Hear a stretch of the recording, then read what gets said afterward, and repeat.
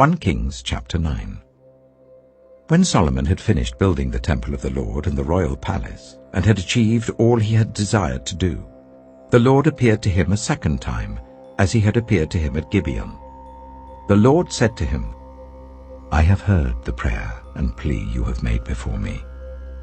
I have consecrated this temple which you have built, by putting my name there forever. My eyes and my heart will always be there.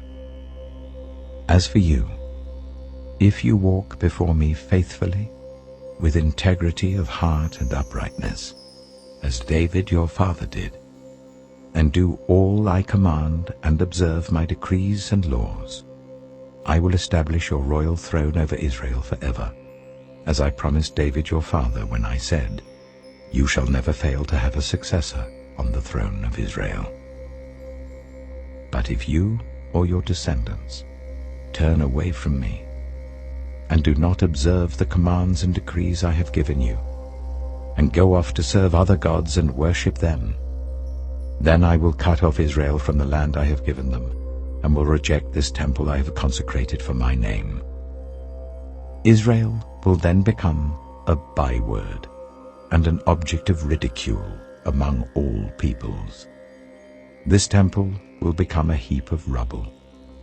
All who pass by will be appalled and will scoff and say, Why has the Lord done such a thing to this land and to this temple? People will answer, Because they have forsaken the Lord their God, who brought their ancestors out of Egypt, and have embraced other gods, worshipping and serving them. That is why the Lord brought all this disaster on them. At the end of 20 years, during which Solomon built these two buildings, the temple of the Lord and the royal palace, King Solomon gave 20 towns in Galilee to Hiram, king of Tyre, because Hiram had supplied him with all the cedar and juniper and gold he wanted. But when Hiram went from Tyre to see the towns that Solomon had given him, he was not pleased with them. What kind of towns are these you have given me, my brother? He asked. And he called them the land of Kabul, a name they have to this day.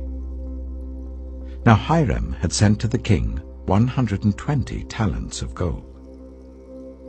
Here is the account of the forced labor King Solomon conscripted to build the Lord's temple, his own palace, the terraces, the wall of Jerusalem, and Hazor, Megiddo, and Giza.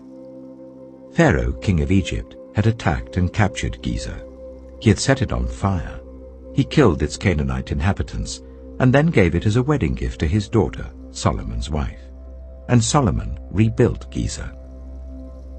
He built up Lower Beth-horon, Baalath and Tadmor in the desert, within his land, as well as all his store cities and the towns for his chariots and for his horses, whatever he desired to build in Jerusalem, in Lebanon, and throughout all the territory he ruled.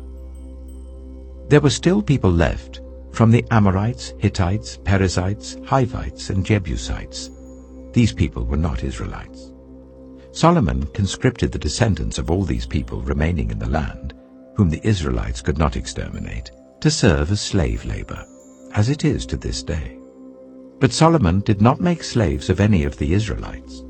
They were his fighting men, his government officials, his officers, his captains, and the commanders of his chariots and charioteers. They were also the chief officials in charge of Solomon's projects, 550 officials supervising those who did the work. After Pharaoh's daughter had come up from the city of David to the palace Solomon had built for her, he constructed the terraces. 3 times a year Solomon sacrificed burnt offerings and fellowship offerings on the altar he had built for the Lord, burning incense before the Lord along with them, and so fulfilled the temple obligations. King Solomon also built ships at Ezion-Geber, which is near Elath in Edom, on the shore of the Red Sea. And Hiram sent his men, sailors who knew the sea, to serve in the fleet with Solomon's men. They sailed to Ophir and brought back 420 talents of gold, which they delivered to King Solomon.